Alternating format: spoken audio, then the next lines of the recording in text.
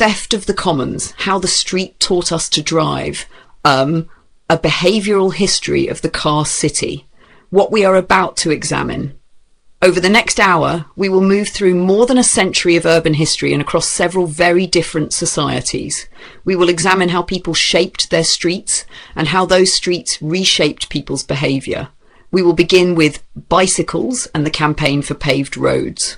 We will follow the arrival of the automobile, the invention of the disorderly pedestrian, the weakening of streetcars, the construction of highways and suburbs, the distinctive Soviet relationship with the private car, the rapid occupation of post-Soviet public space, and finally the shrinking territory of childhood.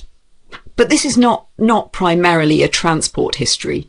It is a study of behaviour. It is also not a morality tale about virtuous pedestrians and wicked drivers. People use the systems available to them. Our subject is how those systems were made, what behaviour they rewarded, and how ordinary adaptations helped stabilise them. The central question is not simply how cars changed cities. It is how societies changed their streets, institutions, rules, expectations and daily routines in ways that changed what people did. At every stage, we will ask the same questions. What behaviour did a new surface afford? What action did a law legitimise? What did a word make shameful? What did a subsidy make cheap? What did a planning standard make necessary? What did repeated behaviour begin to make normal? The United States will provide the main chronological thread because its automobile system developed early, extensively, and with unusual political and economic force. But it is not the history of the world. Britain disciplined pedestrians differently. France lost most of its trams without an American-style corporate conspiracy. Japan experienced its own compressed traffic war. The Soviet Union developed mass walking and public transport alongside a powerful but scarce culture of private automobilism. Post-Soviet cities released that desire into streets and institutions that were poorly prepared for it. The Netherlands travelled far towards car domination and then changed direction. These comparisons matter because they prevent two lazy conclusions. The first is that the car city was the inevitable result of technological progress. It was not. Different societies made different decisions. The second is that one corporation, one lobby, or one group of planners secretly designed the entire system. They did not. Corporate power mattered, but so did public finance, engineering standards, housing policy, social status, cultural aspiration, fear, convenience, and millions of reasonable adaptations to conditions people had not individually chosen.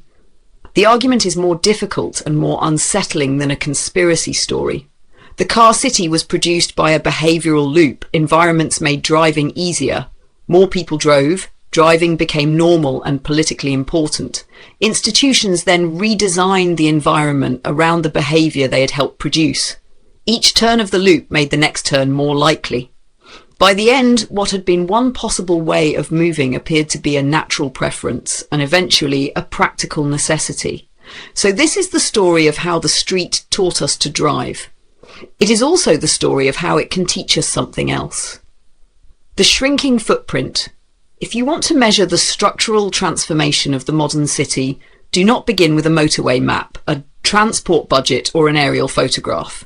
Begin with the daily freedom of an 8-year-old child. Ask a child how far they may travel without an adult. Can they cross the street, walk to school, visit a friend, buy bread from a nearby shop, explore a park, use a bus? Can they simply leave the house without first turning their movement into a family logistics operation? Then ask an older adult where they went at the same age. The answer will not be identical everywhere. Childhood was never equally free or equally safe. Gender, class, disability, violence, family expectations, and local culture always mattered. Memory also edits the past. Adults are unreliable archivists of their own childhood courage. Yet the wider pattern is well established. In many countries, children have lost a substantial measure of independent mobility. A British study comparing the same age group across time found that in 1971, 80% of the surveyed 7- and 8-year-olds were allowed to travel to school without adult supervision. By 1990, the figure was 9%. Later international research found enormous differences between countries. with Finnish children enjoying especially high levels of independent mobility and traffic danger appearing repeatedly in parental decisions. That international variation is the first clue. If children had lost their freedom everywhere to the same degree, we might call it an unavoidable feature of modern life, but they have not. Their freedom varies with street design, speed, school location, public transport, social trust, and whether adults expect the environment to protect a child moving alone. What changed was not simply parental character. Parents adapted to changed conditions. This is a useful place to introduce one of the simplest propositions in behavioral science. In 1936, psychologist Kurt Lewin expressed behavior as a function of the person and the environment. The formula is compact. Behavior equals a function of P and E. The person matters. Values, skills, fears, habits, and intentions matter. But the environment is not scenery behind the decision. It is part of the decision. Consider a parent deciding how a child should travel 1 kilometre to school. In one environment, the route has continuous sidewalks, slow traffic, short crossings, familiar shopkeepers and other children walking. Allowing the child to go alone may feel ordinary. In another environment, the same kilometre includes cars on the sidewalk, a 6-lane crossing, a missing curb ramp, vehicles turning during the pedestrian signal, and no other children outside. Driving may feel like the only responsible choice. The parent may hold exactly the same values in both environments. The behaviour changes because the situation changes. Then the feedback begins. Parents drive because traffic makes independent movement feel dangerous. Their cars add to the traffic around the school. More traffic makes walking feel still more dangerous. Other parents observe the queue of cars and conclude that driving is what responsible parents do. A protective individual decision helps reproduce the collective condition that made the decision necessary. No parent designed this system. No parent needs to prefer it. The system recruits them through concern for their children. This is why the child is such a revealing measure of the city. Adults can compensate for a hostile environment. They can drive, pay, navigate, tolerate noise, climb barriers and calculate risk. A child exposes what the environment permits without those compensations. To understand how the permitted world became so small, we have to recover an older meaning of the street. For centuries, streets were not merely transport corridors.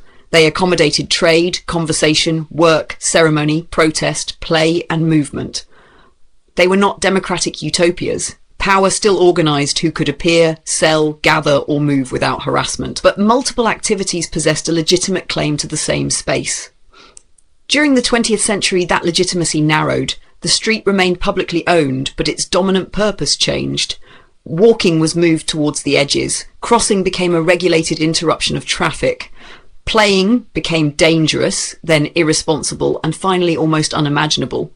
Public ownership remained. Public usability narrowed, and strangely, the modern history of that narrowing begins not with the automobile, but with the bicycle.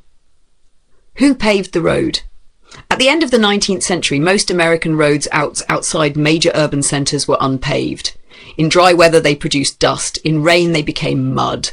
Their condition restricted farmers, postal services, and local commerce. But for one rapidly growing group, the surface itself was the central problem. The safety bicycle of the late 19th century gave its rider a remarkable form of independent mobility. It required no animal, fuel or timetable. It expanded the practical range of an individual body. It also depended on a reasonably smooth surface. The ecological psychologist James J. Gibson later used the term affordance to describe the possibilities for action that an environment offers in relation to a particular body or actor.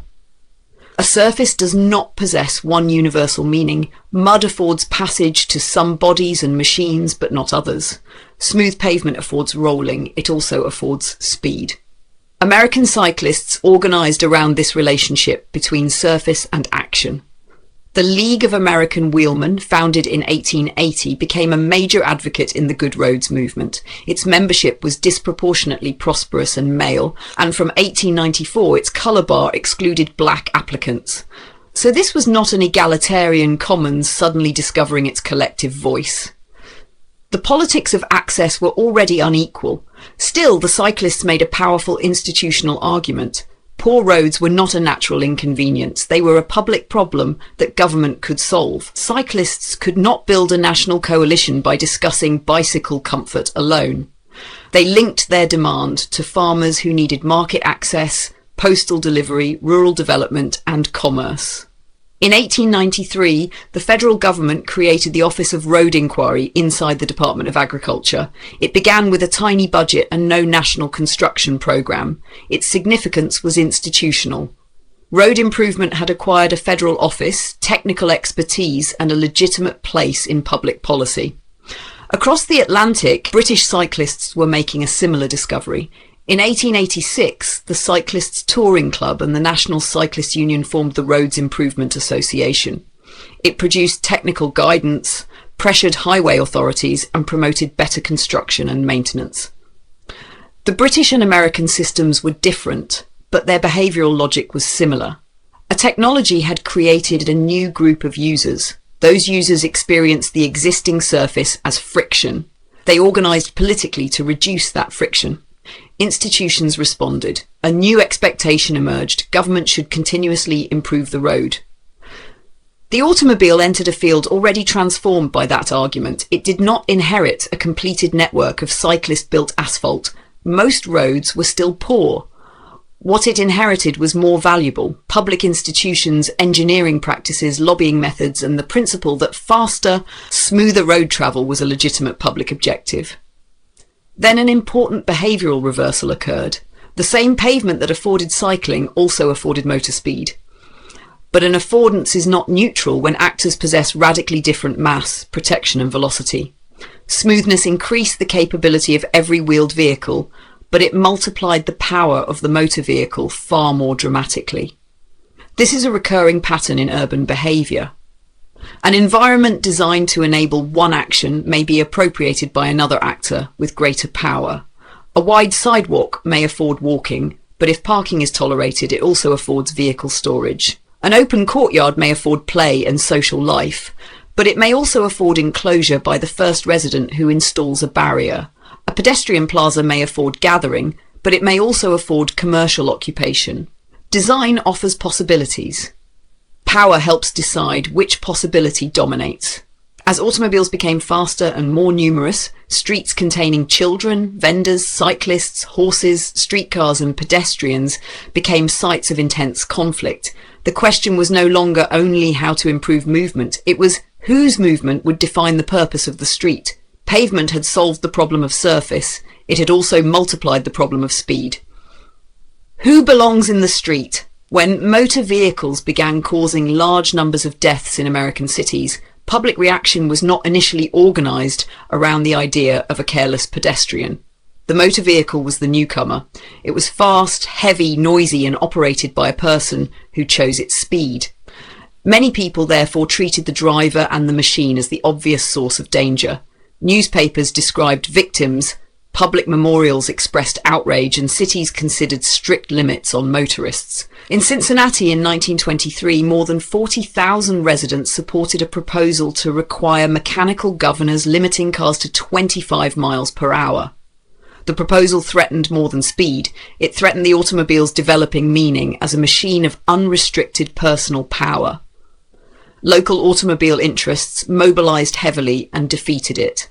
Historian Peter Norton treats that conflict as a turning point. Motor interests could not secure the future of the automobile merely by improving the machine. They had to change the social meaning of the street. This required a shift in blame. Imagine two possible descriptions of the same event. In the first, a driver strikes a person crossing a public street. In the second, a pedestrian suddenly enters the path of traffic. The physical event may be identical. The behavioural roles are not. In the first description, the driver introduces danger into shared space. In the second, traffic is the normal condition and the pedestrian is the disruptive actor. Language quietly assigns ownership. The word jaywalker helped perform this work in the United States. A jay was an ignorant rustic, someone who did not understand how to behave in the modern city. To call it a jaywalker was not merely to describe where they crossed. It was to mark their behaviour as backward, foolish and socially improper. Before pedestrians could be physically removed from much of the street, they had to be cognitively repositioned within it. The ordinary act of crossing became a special manoeuvre. The person on foot was directed towards designated locations and expected to wait for authorization. Children were taught that streets were for cars and that entering them incorrectly was a personal error. Police enforcement, school education, safety campaigns and street engineering converged on the same behavioural lesson. The important distinction here is between risk and responsibility. A society can reduce risk by slowing the dangerous machine. It can also attempt to reduce risk by controlling the more vulnerable body. Both may change behaviour, but they distribute freedom differently. Restricting speed asks the driver to surrender some velocity. Restricting crossing asks everyone outside a vehicle to surrender routes, time and spontaneity. One approach disciplines the source of danger. The other disciplines exposure to danger. This second strategy often appears as protection. Barriers, long detours and short crossing phases are introduced for pedestrian safety. Yet many such measures protect pedestrians by reducing where and when pedestrian behaviour is allowed. Protection becomes containment. Ilf and Petrov recognised this inversion with astonishing clarity in the opening of their 1931 Soviet novel, The Golden Calf. They wrote that streets created by pedestrians had passed into the power of motorists. Pedestrians, they joked, had been placed in a kind of transport ghetto, permitted to cross only at prescribed points. This was satire, not a traffic survey. The Soviet Union in 1931 was not yet a mass automobile society. That is precisely why the passage matters. The transfer of legitimacy was already culturally visible before private car ownership became widespread. The American word jaywalking did not produce an identical legal system everywhere. Other societies developed their own combinations of education, crossing design and traffic control. In Britain, the history of the pedestrian crossing became a long attempt to organise people without excessively interrupting traffic flow. Militia beacons, zebra crossings and later public information campaigns taught a particular choreography. Cross here, look correctly, interpret the signal, make yourself predictable. The pedestrian retained more legal freedom than in many American cities, but the cultural lesson was related. Safe movement increasingly meant disciplined movement. Japan experienced the same conflict later and more rapidly. Mass motorization during the post-war economic boom produced what was widely called a traffic war. Road deaths reached a devastating national peak in 1970. Japan responded with enforcement, infrastructure, education and traffic safety programs. The response achieved major reductions, but it also demonstrates that the struggle between motor speed and vulnerable movement was not an American cultural oddity. Rapid motorization repeatedly forced societies to decide whose behavior would be constrained. We should be careful here. Rules are not inherently hostile to pedestrians. A well-designed crossing can make movement safer and more legible. A signal can create a protected interval. The problem appears when the rule is designed primarily to preserve vehicle flow, while the burden of compliance falls on the person with the least capacity to cause harm. Watch behaviour at an inconvenient crossing. If the official route adds several hundred metres, people create a desire line. If the red phase lasts too long, they cross during a gap. If a footbridge demands stairs, people remain at street level. Authorities often interpret these actions as evidence of a disobedient population. Behavioural observation suggests another reading. Repeated non-compliance may be information about the design. This does not mean every risky act is wise. It means a rule and a human need are interacting. The verb comes first. People are trying to reach, cross, carry, accompany, deliver or return. A system that observes only compliance may miss the purpose of the behaviour. Social norms strengthen the design. Behavioural researchers distinguish between injunctive norms, what people believe ought to be done, and descriptive norms, what they see others doing. Both matter on a street. A sign may declare that sidewalk parking is forbidden. That is the injunctive norm. 20 parked cars, none ticketed, communicate the descriptive norm. The second message is often stronger because it reveals what the system actually tolerates. Likewise, a city may announce that pedestrians have priority, but if every intersection gives most of its time to vehicles, If drivers routinely turn through the pedestrian phase, and if crossings disappear where people visibly want them, the environment communicates another hierarchy. People learn the real rule through repetition. Drivers learn that forward movement will usually be protected. Pedestrians learn to request, wait, hurry, and apologize. Parents teach children to fear the street, not because the parents have misunderstood it, but because they have read its signals correctly. The transfer of the street was therefore legal, physical, and psychological. Law defined correct behavior. Engineering channeled bodies. Language assigned blame. Repetition made the new arrangement feel natural.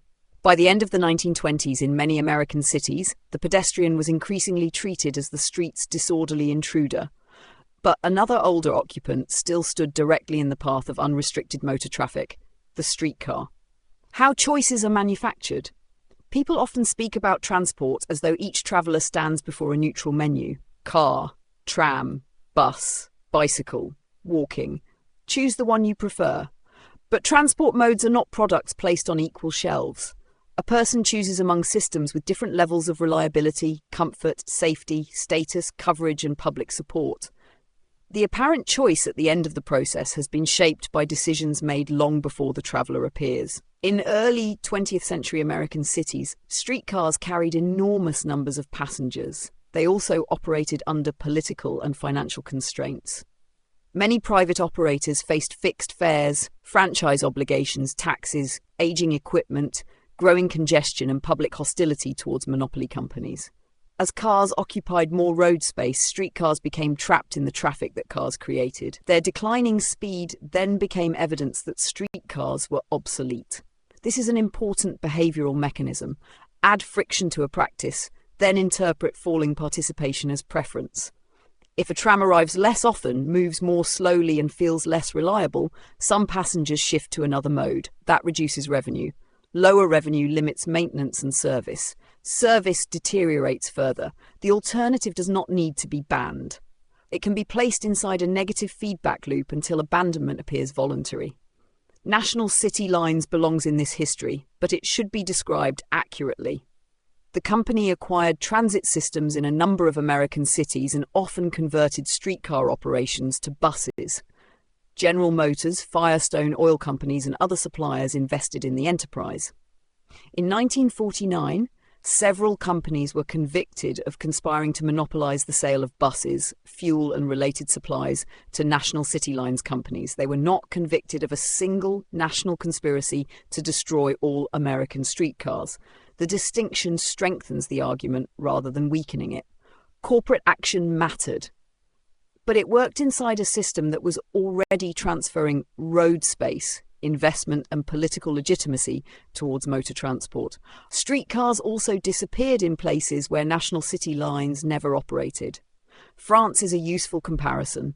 Its tram systems experienced a long erosion of technical, political, and economic support, followed by rapid dismantling in many cities. Paris removed its old network before the Second World War. Across France, buses appeared more flexible and compatible with a street increasingly organised around motor vehicles. Only a few remnants survived continuously until the later tram revival. There was no need for one hidden American hand. Similar incentives could produce similar outcomes through different institutions. This is path dependence. Earlier decisions change the cost of later decisions. Once roads are widened, rails removed, depots closed, housing dispersed, and professional knowledge lost, restoring the alternative becomes more difficult. The car does not need to defeat every competitor each morning. Yesterday's investment has already tilted today's choice. Sociologist Elizabeth Chauve and her colleagues describe social practices through the interaction of materials, meanings, and competences. Driving requires material systems such as vehicles, roads, fuel, and parking. It carries meanings such as independence, adulthood, competence, or status. It also requires learned skills and routines. Public transport has the same elements. It needs vehicles, stops, routes, and information. It needs social meanings such as normality and dignity. It needs competences, reading a network, transferring, waiting in the right place, and trusting the schedule. When a society continuously invests in the materials, meanings, and competences of one practice while allowing those of another to decay, it should not be surprised by the resulting behaviour. Preference is often the final visible layer of a much deeper architecture. Transit conversion alone could not create a car society. The decisive transformation came when governments stopped merely accommodating motor traffic and began constructing homes, roads, schools, shops, and entire metropolitan regions around it. Choice architecture at the scale of a city. The car city is sometimes described as the physical expression of consumer desire.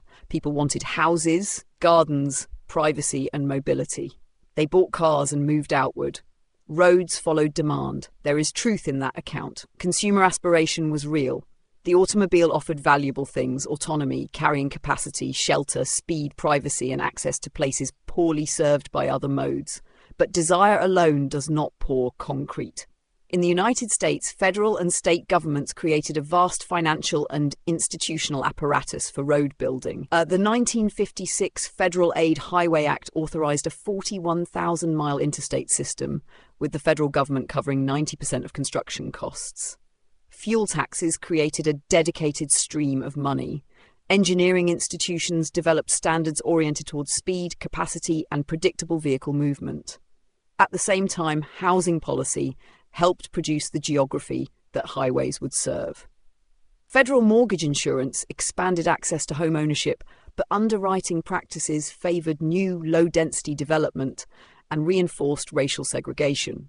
Black families in many urban neighbourhoods were systematically denied the same access to credit. Racially restrictive covenants and discriminatory valuation were not side effects around an otherwise neutral suburban system. They helped determine who could obtain publicly supported mobility, property, and wealth. Many highway projects then entered cities through neighbourhoods with little political power to resist them. Homes and businesses were removed, communities were divided. Other districts used influence, litigation, and organisation to redirect or stop routes. The resulting network therefore mapped political inequality onto physical space. This matters behaviourally because infrastructure does not distribute opportunities evenly. A highway may reduce travel time for a suburban driver while increasing distance, noise, and danger for a neighbourhood resident crossing beneath it. The same structure affords access to one person and creates a barrier for another. Then, land use rules completed the system. Homes were separated from shops and workplaces. Schools consolidated into larger sites. Buildings were required to provide parking. Streets were widened to accommodate predicted traffic. Each decision made driving more useful. Each also made not driving more difficult. This was choice architecture at metropolitan scale. The phrase choice architecture is often associated with small behavioural interventions where food is placed in a cafeteria, which box is selected by default, how a form presents an option. A city performs the same function with much higher stakes. Locate a home far from employment, separate daily destinations, provide abundant parking, make road access direct, allow buses to sit in congestion, interrupt sidewalks, then ask the resident which mode they prefer. The word prefer is doing heroic amounts of work. A behaviour can remain formally optional after competing behaviours have become practically absurd. Parking is a particularly revealing example. A moving car requires road space, but a stationary car requires storage at both ends of a trip. When governments require homes, offices and shops to supply parking, the cost is folded into housing, goods and development. The driver experiences the final space as free, even though everyone helps pay for it. The apparent convenience of driving is therefore partly constructed by hiding its supporting costs. Meanwhile, the time cost of waiting for a bus or crossing a road is paid directly by the traveller. One mode receives invisible collective support. The other presents its friction personally and immediately. The system also changes distance. A faster mode initially makes faraway destinations reachable. Planning then reorganises around the new reach. Shops become larger and less frequent. Schools serve wider areas. Employment spreads. The distance that the car once conquered is reproduced by the geography it enables. This is why adding speed does not necessarily give society more time. It can create longer trips. The same modernist logic travelled beyond the United States. Britain pursued urban motorway schemes and dispersed development, although opposition prevented some of the most destructive proposals. Brasilia made the automobile integral to the monumental experience of the planned capital, while concentrating pedestrian life within separated residential units. Japan's post-war motorization transformed roads at extraordinary speed. Across the world, governments associated road building with modernization, national integration, and economic growth. The exact political systems differed. The behavioral outcome often converged. Daily life was distributed across distances that privileged motor access. Citizens did resist. In New York, San Francisco, London, Amsterdam, and many other cities, residents fought expressways, defended neighbourhoods, and challenged the assumption that every increase in traffic required more road capacity. Some projects were stopped, but stopping one highway did not automatically reverse the geography already created. Housing, schools, retail, employment, and family schedules had adapted. The road entered the calendar. This is where habit becomes structural. A habit is not merely a repeated personal choice. It is often a stable relationship between a cue, an available action, and a rewarding outcome. The morning arrives, the child must reach school, the workplace is far away, the car is outside, parking is expected at the destination.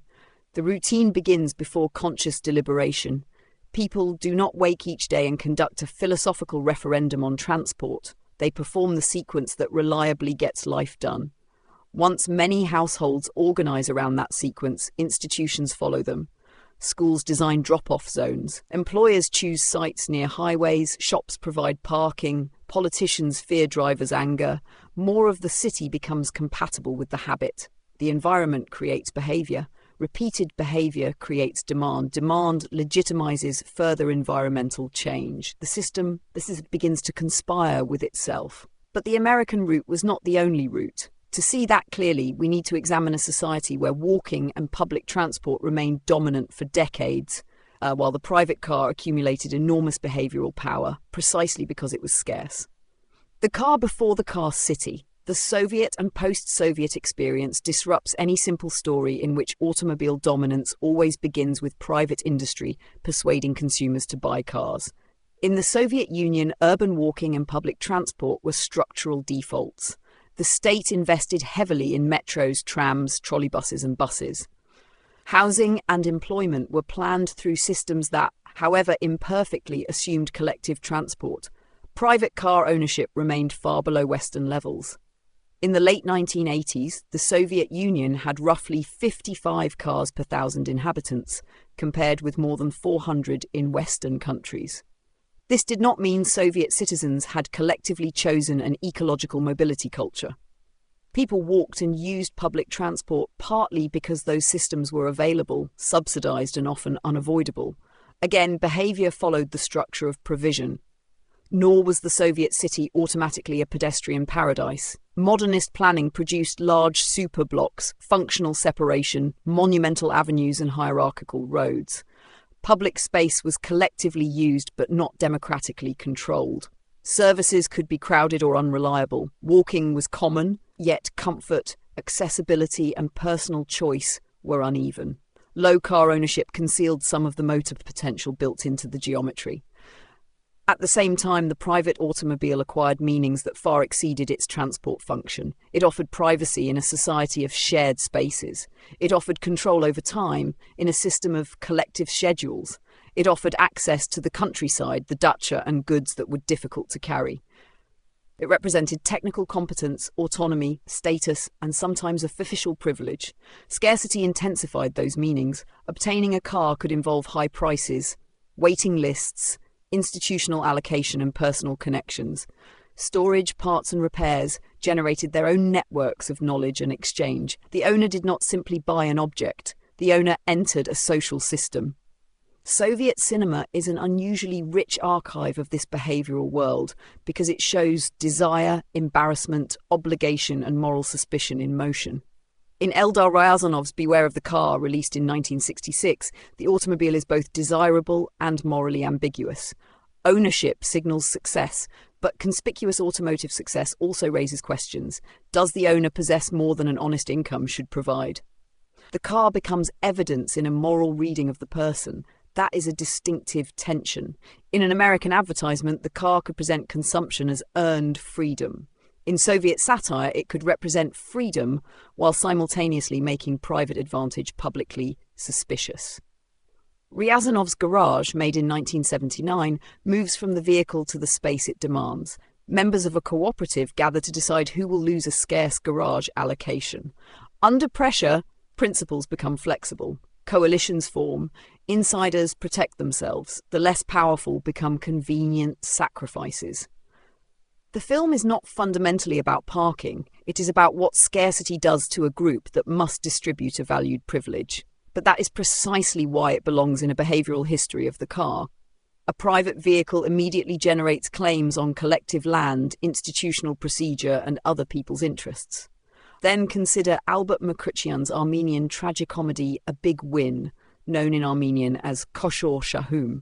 Garnik, a crane operator, wins a Zaporozhets in a lottery. The object that should deliver freedom begins to reorganize his obligations. Relatives, neighbors, and acquaintances discover transport needs.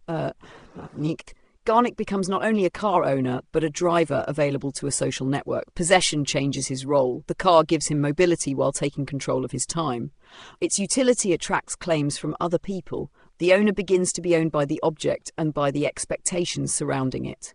These films capture something transport statistics cannot. Before cars dominated Soviet streets numerically, they had already reorganized aspiration, status, moral judgment, and social obligation. The material system constrained ownership. The cultural system magnified its meaning. Then the Soviet Union collapsed, and the relationship between those two systems changed abruptly. The post-Soviet transition did not invent the desire for private cars. It changed access to them. Market opening brought imported vehicles. State institutions weakened. Public transport systems lost funding, coordination, or legitimacy. In many cities, fixed route services were supplemented or replaced by marshrutkas. Previously restrained aspiration met unstable regulation and public space whose ownership was formally collective, but whose everyday control was uncertain.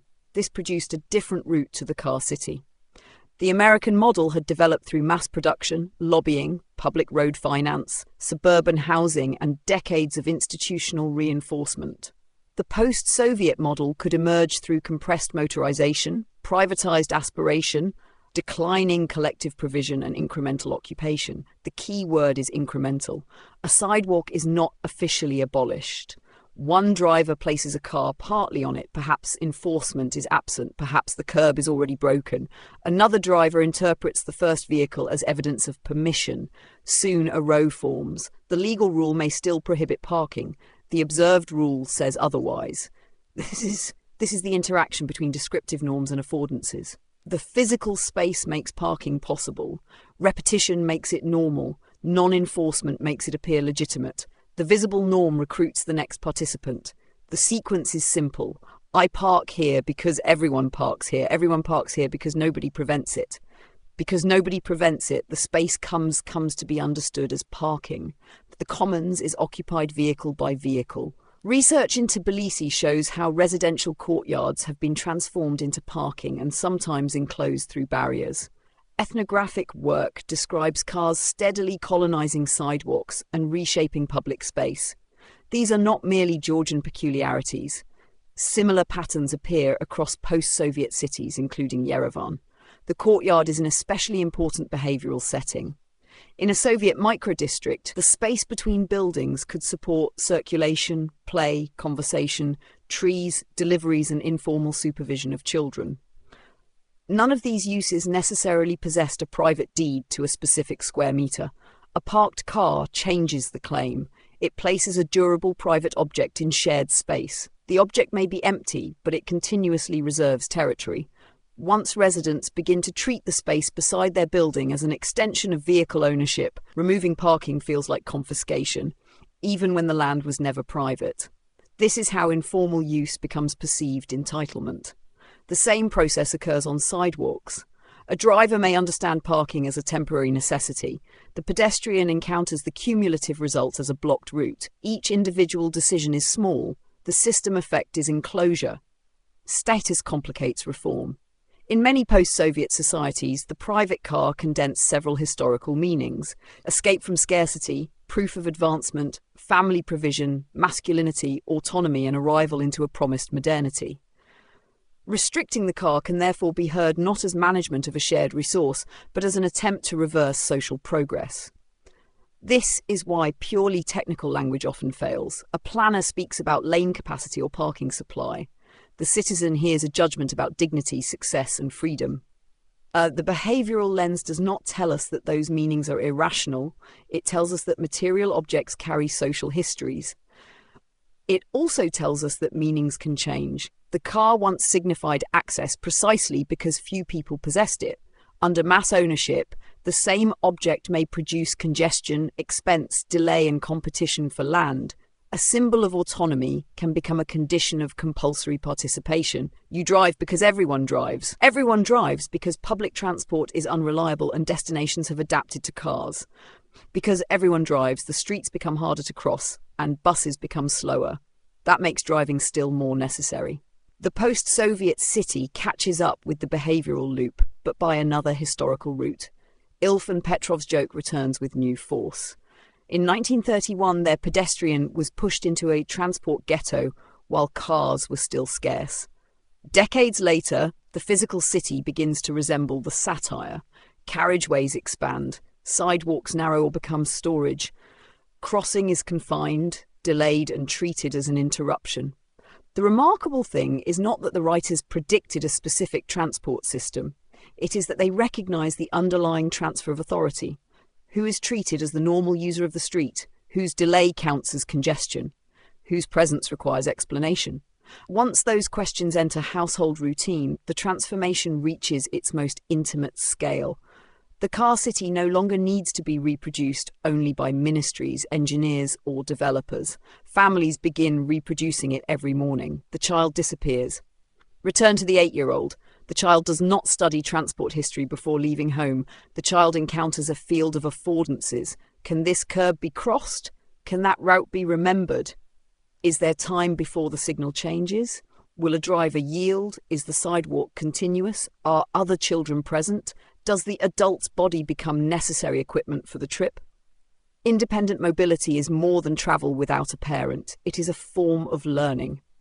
A child moving through a neighbourhood practices orientation, time estimation, route choice, negotiation, observation, and small decisions under uncertainty. The child learns where people gather, which shop is open, how weather changes a surface, how long a block feels, and what to do when the expected route is unavailable. These skills do not develop in the same way from the back seat of a car. The passenger sees a sequence of destinations. The independent traveller constructs a territory. When that territory shrinks, the loss is not merely physical activity, it is a reduction in opportunities to develop competence and social autonomy. Parents also lose time. Each destination that a child cannot reach independently becomes an adult escort trip. The city quietly transfers mobility work into the household, and much of that work still falls unequally on caregivers. This is one reason the language of individual choice is inadequate. A parent may not want to drive. The trip is generated by school placement, traffic danger, work schedules, and the absence of a safe alternative. What appears in transport data as a car journey may be a unit of unpaid care work imposed by urban form. Then society misreads the result. Officials observe that few children walk and conclude that families prefer driving. Schools design larger drop-off areas. Streets are managed to move the queue more efficiently. The improved queue attracts more cars. Walking becomes still less comfortable. The response solves the symptom by strengthening the cause. This is behavioural lock-in. It is also a problem of risk perception. Parents do not calculate danger from statistics alone. They read speed, noise, visibility, other people's behaviour, and the consequences of being wrong. A rare but severe possibility can dominate a decision, especially when the decision concerns a child and the parent expects social blame for any failure. The social asymmetry is powerful. A parent who drives a short distance may be criticised for adding traffic. A parent who allows a child to walk alone and encounters a problem may be judged as negligent. The individually safer social decision is often to escort, even when universal escorting produces a more dangerous collective environment. This resembles a social dilemma. Each household adapts rationally to present conditions. The combined adaptations worsen those conditions. The city then removes children from its risk statistics and may appear safer. This is a crucial warning from research on children's independent mobility. A decline in child road casualties does not automatically mean the environment has become safe for children. It may mean children have been removed from exposure because they are driven or kept away. Safety achieved by disappearance is not the same as safety achieved by protection. The international comparisons prove that another arrangement is possible. Finland performs strongly in studies of children's independent mobility. In Japan, elementary school children commonly undertake journeys with far greater independence than many parents elsewhere would consider acceptable. These societies are not free of traffic risk, and their practices cannot be copied by importing a charming custom. Independence is supported by a wider system of expectations: urban form, school organisation, public behaviour and collective responsibility. The Netherlands provides the clearest historical counterfactual to inevitability. Dutch cities did not remain bicycle-friendly because Dutch people possess a special cycling instinct. After the Second World War, rising incomes and car ownership pushed the country strongly towards automobile-oriented planning. Roads expanded, cycling declined, traffic danger intensified. By around 1970, Dutch car ownership was comparable to several neighbouring European countries. Then political conflict changed the trajectory. Campaigns such as Stop de Kindermoord made the loss of children's safety and freedom politically visible. Cycling organisations documented dangerous routes and demanded space. The oil crisis altered national discussions about energy. Municipal experiments, national policy, street redesign and public pressure accumulated. The Netherlands did not simply persuade individuals to make greener choices. It changed the relative conditions of the choices. Protected routes reduced danger and stress. Traffic calming changed speed. Intersection design clarified priority. Bicycle parking connected trips to destinations. Children grew up acquiring cycling competence. Visibility created a descriptive norm. People like us do this here. Materials, meanings and competences aligned around another practice. The same behavioural loop that can entrench driving can support walking, cycling and public transport. The environment makes an action easier. More people perform it. Visibility makes it normal. Political support grows. Institutions improve the environment. The next person finds the action easier still. This does not mean every city should imitate one Dutch detail. Behaviour is relational and contextual. A design that works within a continuous network may fail as an isolated object. A bicycle lane that ends at the dangerous intersection teaches little except betrayal. A pedestrian plaza disconnected from daily routes may become decoration. A new bus is not a reliable service unless schedules, priority, stops and transfers work together. Continuity matters because people choose whole journeys, not showcase fragments. This is particularly relevant in Yerevan and other rapidly motorising cities. The enclosure of the street does not require a single dramatic highway programme. It can accumulate through ordinary decisions. One parking permission, one widened junction, one shortened pedestrian phase, one school reachable comfortably only by car, one barrier placed across a desire line, one sidewalk narrowed because the carriageway is treated as untouchable. None of these decisions appears large enough to transform a culture. Together they train behaviour. They tell the driver that space will be found. They tell the pedestrian that waiting is natural. They tell the parent that accompaniment is responsible. They tell the child that the city begins where the adult permits it. And because people adapt, the design appears to be confirmed by the behaviour it produced. What was actually stolen? The theft of the commons was not one event. No deed transferred the street from the public to the automobile. No single government announced that play, conversation, informal crossing, street trade and slow movement had permanently lost their claim.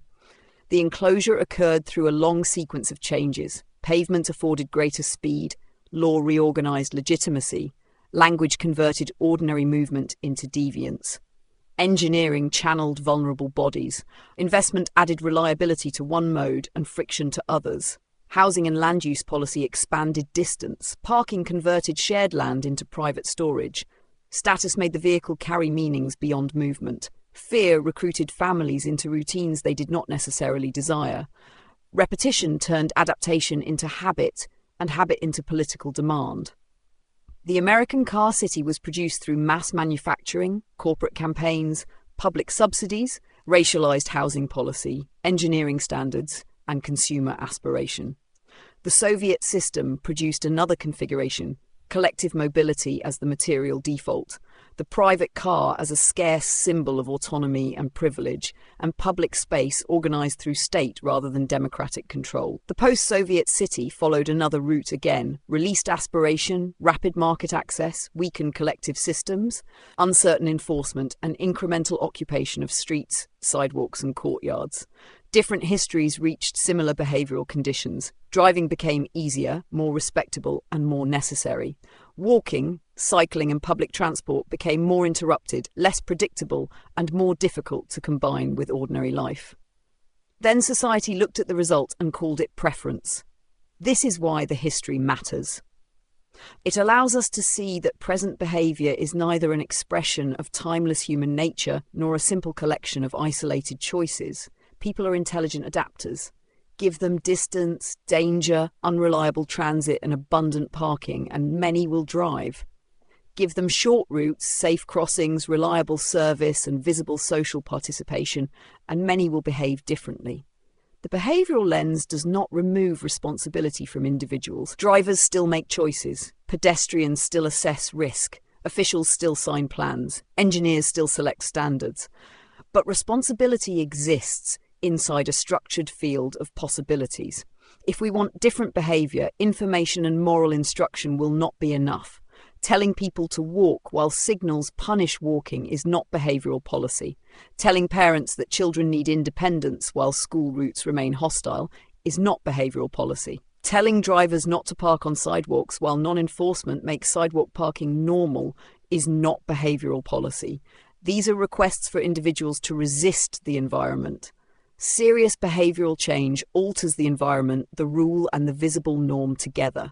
It changes what is easy. It changes what is expected. It changes what other people can be seen doing. It changes which delay matters and whose movement counts. The final enclosure of the street was not a fence. It was a routine. Parents drove because the street felt dangerous.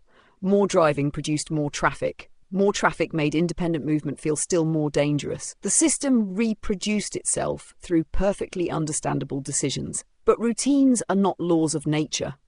The Netherlands changed direction after moving far towards car dominance. France rebuilt tram systems after dismantling them. Japanese traffic safety changed after the crisis of mass motorization. Post-Soviet cities can decide that a parked private object does not possess a stronger claim than a moving human body. A city can change a signal, protect a route, restore a courtyard, place a school within reach, and allow a child to recover territory. Each intervention changes more than infrastructure. It changes what people can do without exceptional courage. That may be the clearest definition of a humane street, not a place where vulnerable people are repeatedly praised for bravery, but a place where ordinary behaviour is allowed to remain ordinary.